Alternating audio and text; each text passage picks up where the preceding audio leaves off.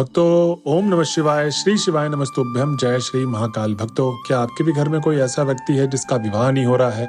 उसके विवाह के लिए आप लोग बहुत ज़्यादा रिश्ते देख लिए, बहुत ज़्यादा घरों में रिश्ते भेज भी दिए, लेकिन जो उस व्यक्ति का विवाह हो ही नहीं रहा है। और गलती में रोके अगर कोई रिश्ता आ भी जाता है और आपको पसंद भी आता है, तो जो आपका बच्चा है, जो लड़का या लड़की है, वो मना कर देता है शादी के लिए, बोलता है कि मुझे ये रिश्ता पसंद नहीं है।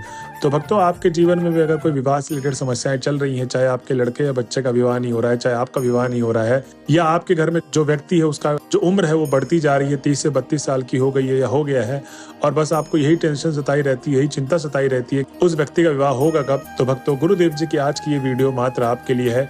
कैसे करना है, कब करना है, पूरे इस उपाय को मैं एकदम आपको डिटेल में समझाऊंगा। क्या क्या सामग्री चाहिए, किस दिन करना है, किस समय काल पे करना है, पूरा मैं आपको इस वीडियो के डिटेल में बताने वाला हूं। बस मेरी आपसे यही दरखास्त है कि जो भी गुरुदेव जी के बताए गए उपाय हैं, ठीक, उनको आप कृपया करके लिख लीजिएगा, जो भी मैं आपको बताऊंगा।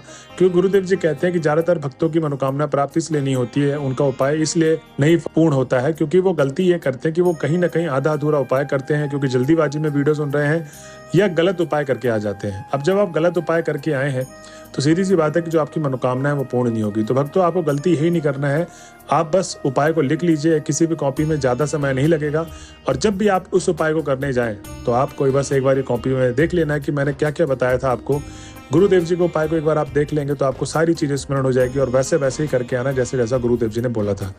भक्तों, चलिए चलते हैं उपाय की तरफ और स्टार्ट करते हैं वीडियो को। और जो भी कोई अभी तक हमारे चैनल में पहली बार आया है और मेरी आवाज पहली बार सुन रहा है तो चलो कर ले सब्सक्राइब और बेल नोटिफिकेशन को भी ऑन कर लें, जिससे गुरुदेव जी की आने वाली अपकमिंग वीडियोस आपको मिलती रहे। तो भक्तों, आज के इस उपाय में मैं सबसे पहले तो आपको पीले बेल के फल वाला उपाय बताऊंगा। जी हाँ भक्तों, गुरुदेव जी कहते हैं कि जो ये पीले बेल का फल का उपाय कर लेता है, उसके जीवन में जिसका विवाह हो गया है, उसके जीवन में कलेश रहता है, उन दोनों जोड़ी के बीच में लड़ाइयाँ होती हैं और किसी घर में तो डाइवोर्स तक भी बात पहुंच जाती है। और जिस व्यक्ति का विवाह नहीं हो रहा है, उसने बहुत सारे ज्योतिषी पंडितों को भी दिखवा लिया, उसके विवाह फिर भी नहीं हो रहा है, तो ये वाला उपाय उन लोगों के लिए जो पहला उपाय है, ठीक। और भक्तों, आपको मैं बता दूं वीडियो के स्टार्टिंग में कि ये उपाय वही व्यक्ति करेगा जिस व्यक्ति के लिए आप मनोकामना पूर्ति का उपाय कर रहे हैं। मतलब जिस व्यक्ति की शादी हो गई, उनके बीच में लड़ाइयाँ रहती हैं, ये वो व्यक्ति करेगा जिसका विवाह नहीं हो रहा है, ठीक। इसमें उनकी माताएं और पिता साथ में रह सकते हैं, उपाय में उनकी हेल्प कर सकते हैं, लेकिन आपको ये उपाय नहीं करना है, ठीक। अब चलते हैं उपाय की तरफ और जानते हैं गुरुदेव जी ने क्या बोला था पीले बेल के उपाय। अब भक्तों, गुरुदेव जी बोलते हैं कि इस पीले बेल को आपको करना क्या है कि जैसे कि आप जानते हैं कि गर्मी का समय आ गया है, तो पीला बेल हर जगह फरता है और पीले बेल का जो जूस है वो आपको कहीं बाजार में मिल जाएगा। अब आपको करना क्या, उस जूस वाले के पास जाना है और पीले बेल का जो फल होता है उससे 3 गूंजा, मतलब 3 बेल का जो गूंजा होता है, अंदर का फल होता है, ठीक, वो आपको निकलवा लेना है और सीधा अपने घर पे आ जाना है। अब भक्तों, जब वो पीले बेल का गूंजा लेकर आ गए हैं, अब आपको करना क्या है कि उसको सुखवा लें, धूप में आपको सुखवा लेना है। और सुखाने के बाद जब वो एकदम सूख जाएगा अच्छी तरीके से, उसको आप जला लें।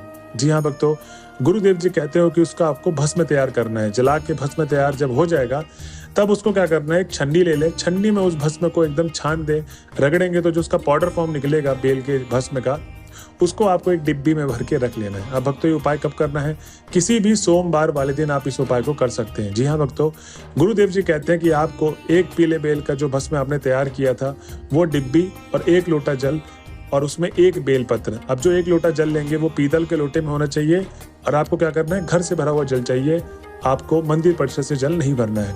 और जो बेलपत्र लेंगे उसका ध्यान रखें कहीं से कटा पीटा खंडित ना हो। अब भक्तों, आपको सीधा चले जाना है महादेव के मंदिर में।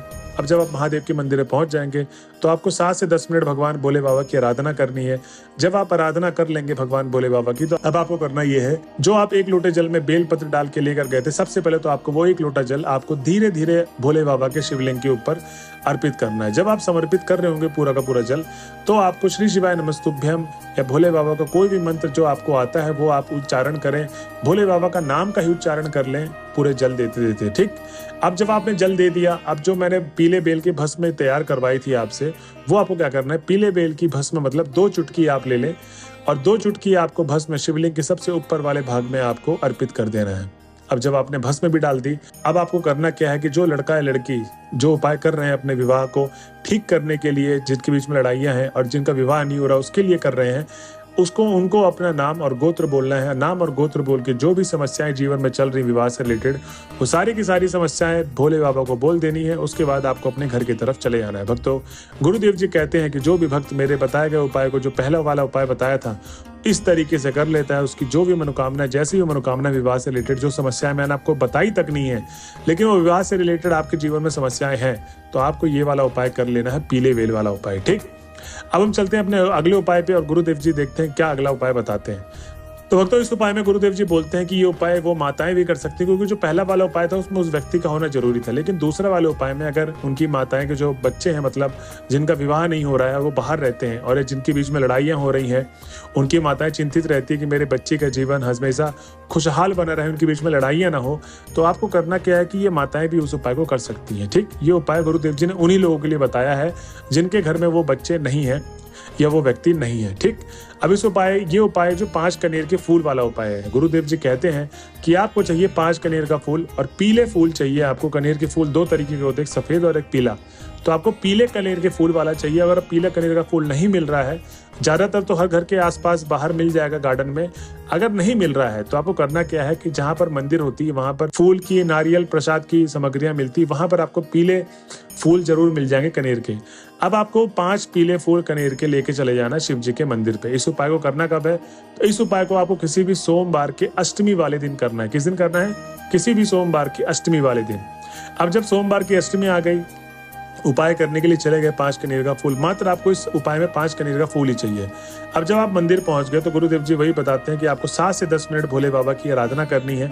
आपने सोचा होगा कि गुरुदेव जी हमको बोल क्यों रहे हैं आराधना करने के लिए? भक्तों, गुरुदेव जी कहते हैं कि ज्यादातर भक्त गलती यही करते हैं कि जल्दीबाजी में जाते हैं, उपाय कर देते हैं। क्या उनका मन है, मन में क्या विचार चल रहे हैं, किस भाव से वो भगवान भोले बाबा को मनोकामना पूर्ति का उपाय कर रहे हैं, कुछ भी नहीं पता, और इसीलिए उनकी मनोकामना पूर्ण नहीं होती।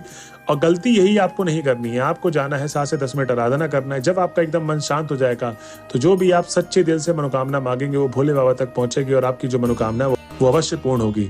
तो भक्तों, इस उपाय में यही करना है कि जब आप 7 से 10 मिनट आराधना कर लेंगे भोले बाबा का, उनके नाम का ही जाप कर लें और आपका मन शांत हो जाएगा। अब आपको करना है उपाय में सबसे पहले तो जो मैंने आपको 5 कनेर के फूल बोले थे लेने के लिए, उसको आपको करना है शिवलिंग के 5 अलग अलग जगह पे अर्पित। जी हाँ भक्तों, गुरुदेव जी बोलते हैं शिवलिंग के 5 अलग अलग जगह पे आपको ये फूल अर्पित करने हैं।